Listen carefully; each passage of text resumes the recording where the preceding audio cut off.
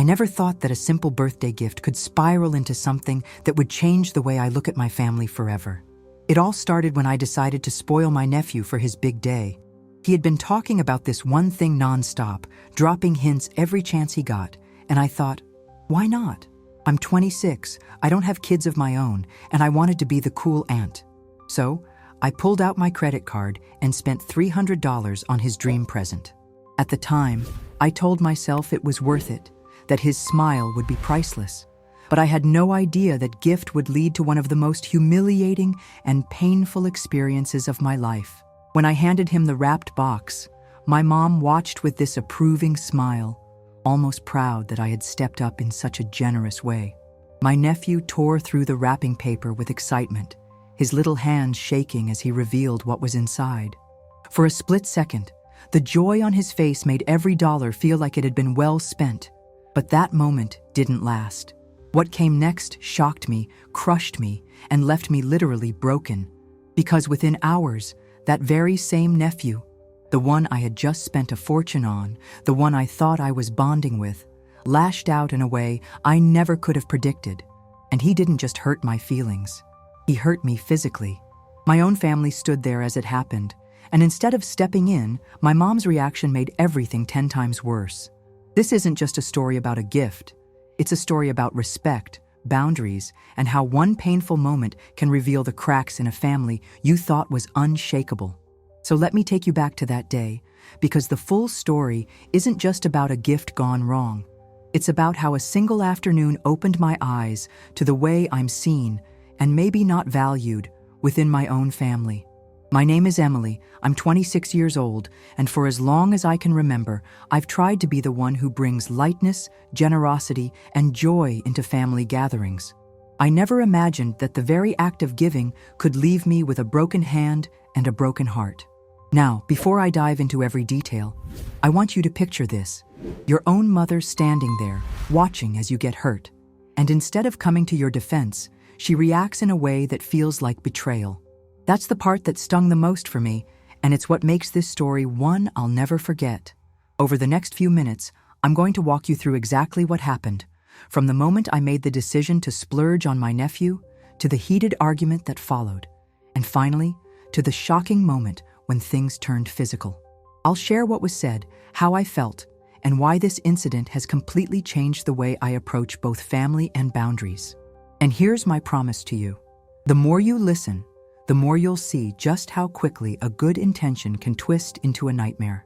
So stick with me until the end, because the final part of this story is something I still can't believe happened. Before we continue, make sure you hit that subscribe button and turn on notifications. Trust me, you don't want to miss stories like this, because what happened to me could happen to anyone. I remember the week leading up to my nephew's birthday, like it was yesterday. Everywhere I turned, there were little reminders of how much he wanted that gift. Commercials on TV, ads popping up online, even overhearing him talk about it to his friends on the phone when I stopped by my sister's house. At first, I laughed it off, thinking it was just another fleeting obsession a kid his age would outgrow. But the way he spoke about it, the way his eyes lit up, made me pause. I started wondering if maybe, just maybe, this could be the kind of moment that would create a lasting bond between us. And in my heart, I wanted that bond so badly because I've always felt a little on the outside when it comes to my family. The decision to spend $300 wasn't easy. That amount of money might not sound like a fortune to everyone, but for me, it was significant. I had bills to pay, a tight budget to stick to, and honestly, 100 reasons to say no. But every time I weighed the choice, I kept coming back to one thought. If I don't do this, who else will? My sister couldn't afford it, my mom wouldn't even consider it, and his father wasn't in the picture. I told myself that stepping up in this way would show not only my nephew, but also my family that I was someone they could rely on. Deep down, I think I was craving their approval just as much as I wanted to see my nephew happy. The day I walked into the store to buy the gift, my heart was racing. I wandered through the aisles, second-guessing myself with every step. Was I being foolish? Was I letting guilt and longing dictate my choices? When I finally picked the box up off the shelf, I held it in my hands for a long time. The packaging was shiny, the price tag glaring back at me like a warning. I whispered to myself, "This is it? No turning back now." I handed over my card at the register, watching the total flash across the screen, and felt a pang of anxiety. But mixed in with that anxiety was a spark of excitement. I pictured his face lighting up, imagined my mom clapping proudly, and thought for a moment that maybe this was going to be the turning point for me in our family dynamic. Carrying the gift home, I treated it like it was fragile glass. I wrapped it carefully, choosing bright paper with little stars on it, hoping he'd notice the effort I'd put into even the smallest details. That night, as I placed the box in the corner of my room, I found myself lying awake, rehearsing the moment in my mind. I pictured walking into the party, my nephew rushing up to hug me, my mom giving me that rare look of approval I'd craved since childhood. The thought made me smile, but there was also a nagging doubt tugging at the back of my mind. A voice whispering, "What if it doesn't go the way you think?" When the day of the party arrived, my nerves were on fire. I wore a dress I rarely pulled out of the closet, something that made me feel put together, as though I needed to present myself as more than just the aunt who tries. I showed up early to help my sister set up, carrying the carefully wrapped box under my arm like a secret weapon. My mom was already there, overseeing everything as usual, her critical eye scanning the decorations, the cake, even the way the plates were stacked. When she saw me come in, her gaze lingered on the box. "What's that?" she asked, in that tone that always makes me feel like a child again. I smiled nervously and just said, "A little something for him." She raised an eyebrow, but didn't press further. Still, her expression told me she was already forming an opinion. The room filled quickly with family and friends. Kids ran around screaming, balloons popped, and the smell of pizza filled the air. My nephew's energy was infectious as he darted from one activity to another, his laughter echoing through the house. When it came time for presents, everyone gathered around. I felt my heartbeat in my throat as he ripped through the smaller gifts. A toy car here, a pack of trading cards there, each one earning polite thanks, but not the explosive joy I knew was coming. Finally, my sister gestured toward me. "Emily's got one for you," she said. Suddenly, all eyes were on me. My mom's gaze was sharp, almost expectant, and my palms were sweating as I pushed the box toward my nephew. He attacked the wrapping paper like a whirlwind, bits of shiny paper flying across the room. When he finally revealed the gift, there was a split second of silence, and then his face exploded with joy. "No way! No way! You got it for me!" he shouted, jumping up and down. The room buzzed with surprise and murmurs, some people clapping, others whispering to each other. My mom even cracked a smile, which felt like a small victory for me. My nephew hugged me so tightly I thought he might never let go. And for that brief moment, every dollar, every doubt, felt completely worth it. My heart swelled with pride, thinking maybe, just maybe, I had done the right thing. But then, almost as quickly as the excitement appeared, I noticed a shift. My mom's smile faded into a pursed lip look I knew all too well, the look of disapproval she tried to hide but never quite managed. She leaned toward my sister and whispered something I couldn't catch, but their shared glance made me uneasy. My nephew, oblivious to the tension, immediately tore into the box, discarding the packaging without a second thought. The way he handled it, rough, careless, made me wince. This wasn't the careful, grateful reaction I'd imagined. It was frantic, almost greedy, and as he waved it around, I saw the unease in my mom's eyes grow sharper. Later, when the noise of the party had dulled a little, I caught my mom in the kitchen. "That was too much, Emily," she said flatly, not even looking up from the dishes she was rinsing. "You don't just spoil a child like that. It's irresponsible." Her words hit me harder than I expected. Here I was, still riding the high of my nephew's joy, and already she was tearing me down. I tried to defend myself, saying, "It made him happy, Mom. Isn't that what matters?" She turned to face me, drying her hands with a towel. "Happiness is fleeting. Respect is what lasts. And you're not teaching him respect." I stood there, speechless, my chest tightening as the weight of her judgment settled on me. The rest of the party passed in a blur. My nephew was too busy showing off his new toy to his friends to notice me anymore, and my mom barely spoke another word in my direction. My sister gave me a half smile here and there, but it felt forced, like she didn't know which side to take. By the time the cake was cut and the candles blown out, I was exhausted, not just physically, but emotionally. I had given so much, hoping it would bridge the gap between me and my family, but instead, I felt the gap had only widened. As I drove home that night, the empty box riding in the passenger seat beside me, I couldn't shake the sense that something had gone wrong. I replayed the look on my mom's face, the whispers between her and my sister, and the way my nephew had already started treating the gift carelessly. It gnawed at me, a quiet voice telling me that this wasn't the end of the story. And I was right, because what happened the next time I saw them made everything explode in a way I never could have predicted. The days following the birthday party were filled with mixed emotions. On one hand, I couldn't get the image of my nephew's smile out of my head. That joy, pure and unfiltered, had been everything I had hoped for. But on the other hand, my mom's reaction weighed heavily on me. Her words echoed every time I tried to remind myself that I had done a good thing. "You're not teaching him respect." That sentence dug into me like a thorn I couldn't pull out. Instead of basking in the satisfaction of giving, I found myself questioning my motives, wondering if maybe she had a point. Did I buy that gift for him? Or was it really for me? My nephew started calling me more often after the party, his voice bubbling with excitement as he told me how much he was enjoying his new toy. At first, it made me feel good, like I had finally carved out a special place in his heart. But soon, the tone shifted. He started demanding things, extra accessories, new upgrades, even asking if I could buy him another expensive item just like last time. It was subtle at first, almost playful, but I could hear the expectation in his voice. I tried to laugh it off, telling him he'd have to wait for another birthday or holiday. But each time I said no, I felt a pang of guilt, as though I was letting him down. And I hated that feeling, especially because it reminded me of how I often felt with my mom. The real tension began when I went over to my sister's house the following weekend. My nephew was in the living room, already engrossed in his toy, but as soon as he saw me, he dropped everything and rushed over. "Aunt Emily, did you bring me something else?" he asked, eyes wide with expectation. My heart sank. I forced a smile and said gently, "Not today, sweetheart. That gift was really special, and we can't always get new things." His face twisted instantly, his excitement morphing into disappointment.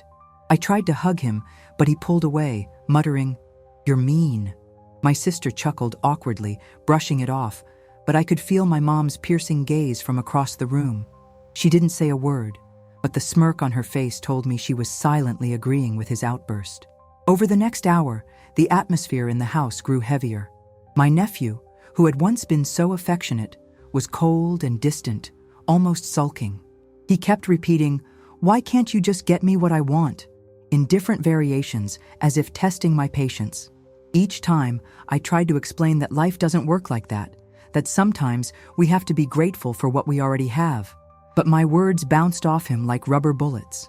My mom, meanwhile, stayed quiet, her silence louder than any lecture she could have given. It was as though she wanted me to see the consequences of my own choices without having to say, "I told you so." Things came to a boiling point when my nephew became frustrated with the toy itself. He couldn't figure out how to make one of its features work, and he started slamming it against the floor in anger. I rushed over, crouching down beside him. Hey, careful, you'll break it," I said, reaching for the toy to show him how it worked. But he yanked it back, glaring at me with a defiance I had never seen in him before. "It's mine! You don't get to tell me what to do," he shouted. The words stung, but what came next was worse. He swung the toy wildly, and when I tried to steady his arm, he lashed out with all the strength his little body could muster.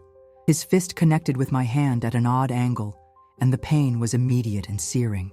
I gasped, clutching my hand, realizing instantly that something wasn't right. The room froze. My sister's jaw dropped, her eyes darting between me and her son, unsure of what to do. My nephew stood there, still breathing heavily from his tantrum, almost shocked at what he had just done. But what hurt more than the blow itself was my mom's reaction. She didn't rush to me. She didn't scold him. Instead, she sighed, shook her head, and said in a voice laced with disappointment, "This is exactly what I warned you about, Emily. You created this." My eyes filled with tears. not just from the throbbing pain in my hand, but from the crushing weight of her words. I had been hurt, and instead of comfort, I was handed blame. My sister finally sprang into action, grabbing some ice and urging me to sit down. "We need to get that checked," she said, concern flashing in her eyes. My nephew, meanwhile, seemed to shrink into himself, muttering a small, half-hearted "sorry," but I could tell he didn't fully grasp the gravity of what had happened. My mom stood off to the side, arms crossed, her face unreadable. I wanted her to hug me, to tell me it wasn't my fault, to at least acknowledge the pain I was in. But she remained silent, as though her earlier words had sealed the matter. At the urgent care clinic later that evening, the doctor confirmed what I already feared. My hand was fractured. I stared at the X-ray in disbelief, trying to wrap my mind around how something so innocent, a birthday gift meant to bring joy, had spiraled into this. My sister sat beside me, apologizing over and over, but her words felt hollow. The truth was, the fracture wasn't just in my hand. It was in my trust, my hope, my belief that I could ever win the approval and love I had been chasing all these years. And in that sterile room, with the sound of machines beeping faintly in the background, I realized my family would never see me the way I longed for them to. On the drive home, my mom finally spoke up from the passenger seat. "Maybe this will teach you something," she said flatly, her eyes fixed on the road ahead. I couldn't believe it. Even in my moment of pain, she turned it into a lesson, a criticism, a weapon to remind me that I had failed. I wanted to scream, to tell her how unfair it was, how cruel her words sounded, but the lump in my throat kept me silent. My fractured hand ached, but the ache in my chest was worse. I sat there in the dark, wondering how we had gotten here, and more importantly, where things could possibly go from this point. Because what I didn't know yet was that this incident was only the beginning of a much deeper fracture in my family, one that would push me to make a choice I never thought I'd have to face. Recovery was supposed to bring me relief, but instead, it felt like a daily reminder of how little my pain seemed to matter to the people closest to me. Every time I looked down at the cast on my hand, I felt a mix of anger, sadness, and disbelief. The doctor had told me it would take weeks to heal, but I knew the physical injury wasn't the hardest part. It was the silence that surrounded it, the way my mom carried on as though nothing had happened, the way my sister treated it like just another accident that kids sometimes cause. I wanted to scream that this wasn't just about the broken bone. It was about what it represented, a fracture in trust, in love, in the fragile bond I had been trying to build. At work, people noticed right away. They asked questions, concerned about how it had happened. I lied. I told them I had slipped, that I had fallen and landed awkwardly. I couldn't bring myself to admit the truth, because saying it out loud made me feel exposed and ashamed. What kind of family lets something like that happen? What kind of mother doesn't defend her daughter when she's hurt? I bottled it up, smiling through the pain during office hours, only to come home at night and cry when I was alone. The loneliness pressed down on me like a weight I couldn't shake. My sister did check in a few times, sending short texts like, "How's the hand?" or "Hope you're resting." But she never acknowledged the deeper wound. She never apologized for not stepping in sooner, never confronted my mom about her callousness. It was as if the whole family had silently agreed to sweep the incident under the rug. My nephew, for his part, acted like nothing had happened at all. When I saw him, he was cheerful, even affectionate again. But there was a shadow behind it. He seemed to know that he had crossed a line, and yet no one had truly held him accountable. That realization disturbed me more than the pain itself. Because what did it mean for him? For the kind of person he might grow into? I tried to set boundaries. I told my sister I didn't want my nephew calling me asking for things, that I needed some space to heal. She nodded, said she understood, but the calls didn't stop. One afternoon, my phone buzzed, and I saw his name flashing across the screen. Against my better judgment, I answered. "Aunt Emily," he said brightly. "My toy broke. Can you buy me another one?" My chest tightened. I explained gently that I couldn't, that he had to take care of what he already had. There was silence on the other end, followed by a huff and a sharp, "You're useless." I froze, stunned that those words had come out of his mouth. They weren't the words of a child who was just disappointed. They were words he had heard somewhere else. Words that echoed my mom's tone far too closely. The more I thought about it, the clearer it became. My mom's disapproval wasn't just aimed at me. It was trickling down, shaping the way my nephew saw me too. I had tried so hard to prove myself to her, to earn her respect, but in the process, I had set myself up to be disrespected by the very people I was trying to love. It was a vicious cycle, and the more I gave, the less I seemed to matter. I began to wonder if this dynamic had always been there, if I had just been too eager to ignore it until the fracture forced me to see it plainly. One night, while scrolling through old photos on my phone, I stumbled across a picture of my nephew's smile when he first opened the gift. For a moment, I almost let myself believe it had all been worth it, but then I remembered the sting of his fist against my hand, the sharp crack that followed, and my mom's cold words. Tears blurred my vision as I whispered to myself, "Why do I keep doing this to me?" I wanted to believe that love and sacrifice would eventually be enough to earn their acceptance. But the evidence in front of me suggested otherwise. I was stuck in a loop where I gave everything and received nothing but pain in return. The cast made even simple tasks unbearable. Cooking, cleaning, even showering became a challenge. Every time I struggled, I wished someone in my family would offer to help. But they didn't. My mom didn't call. My sister didn't come by. I was left to fend for myself, which only deepened the wound inside me. Wasn't family supposed to be about support? About stepping in when life gets hard?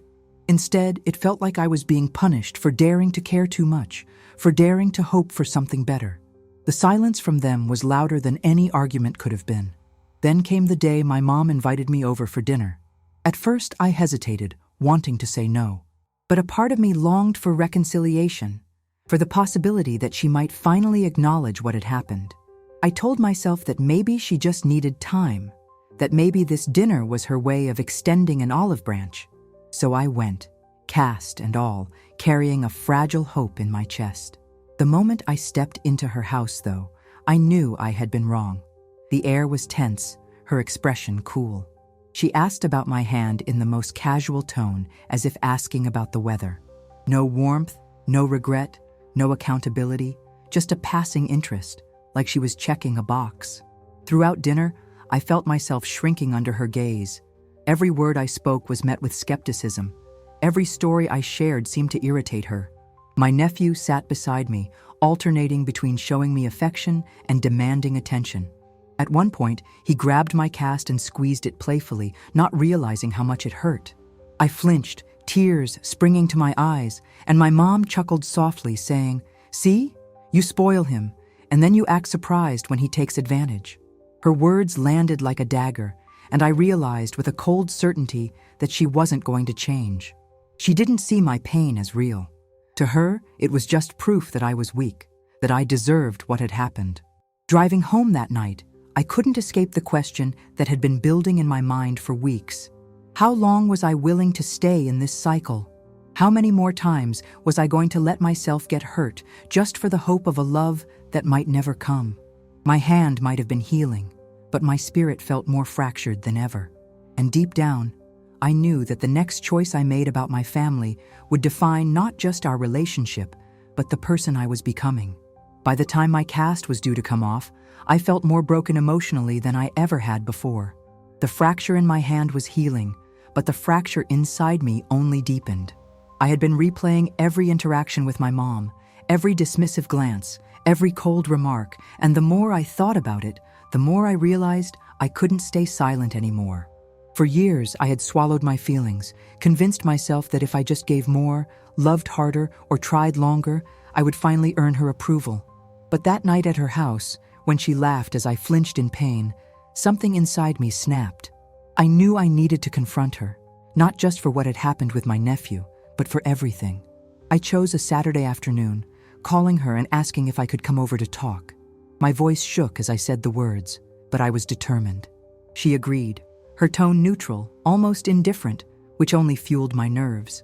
As I drove to her house, my palms sweated against the steering wheel, and I kept rehearsing what I would say. I wanted to be calm, clear, and firm. I didn't want to cry or beg. I wanted her to finally hear me, really hear me, for once in my life.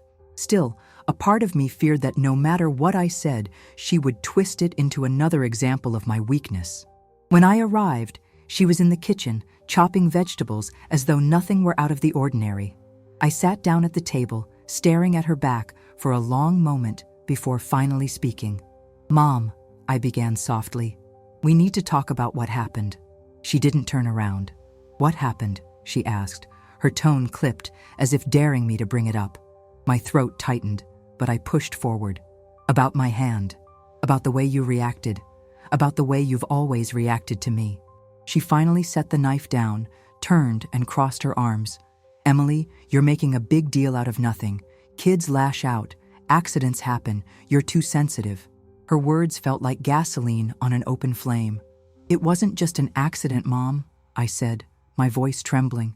"He hit me. He fractured my hand. And you didn't even care. You blamed me. You always blame me." Tears stung my eyes, but I refused to let them fall. She narrowed her gaze, shaking her head.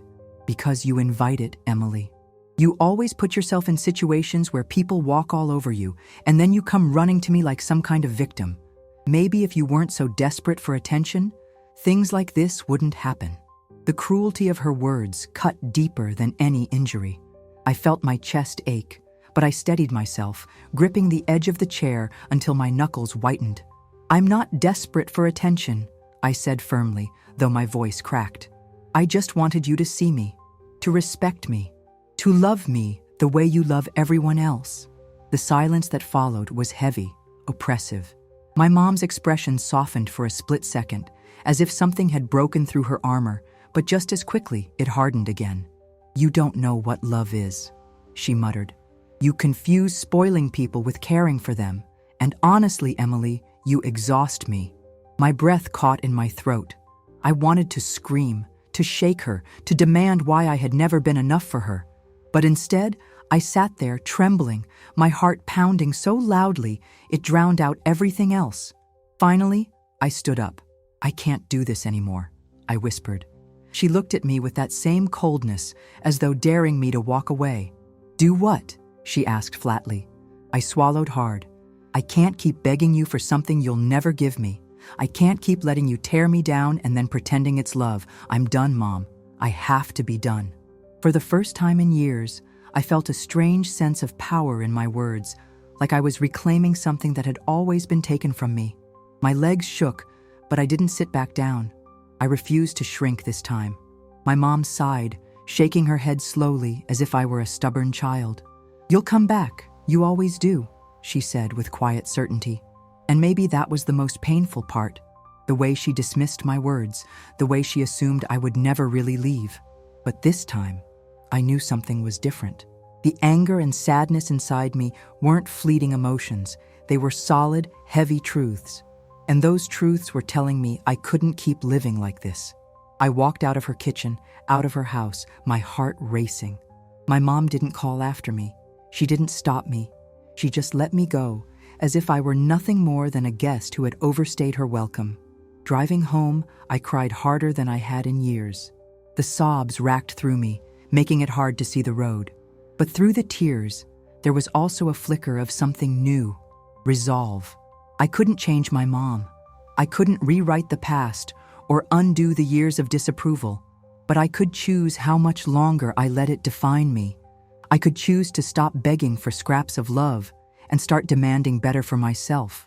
The thought terrified me, but it also lit a fire inside me I hadn't felt before. For the first time, I wondered what life might look like if I stopped waiting for her approval and started living on my own terms. When I got home, my phone buzzed with a text from my sister. "Mom said you left upset. Are you okay?" I stared at the screen for a long moment, debating whether to tell her the truth. In the end, I typed back simply, "I'm fine, just need some space." It wasn't the full truth, but it was a start.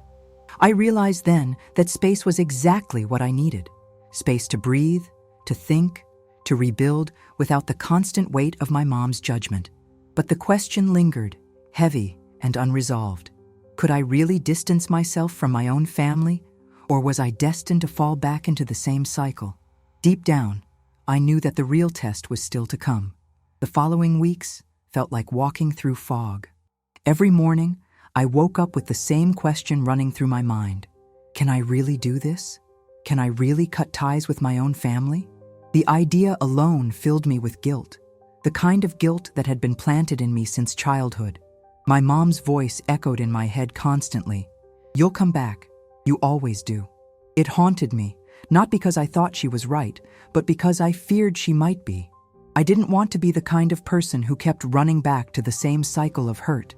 I wanted to believe I was strong enough to break free, but the fear of being completely alone pressed heavily against my chest. I tried distracting myself with work, with friends, with anything that would keep me from replaying that confrontation in my mind.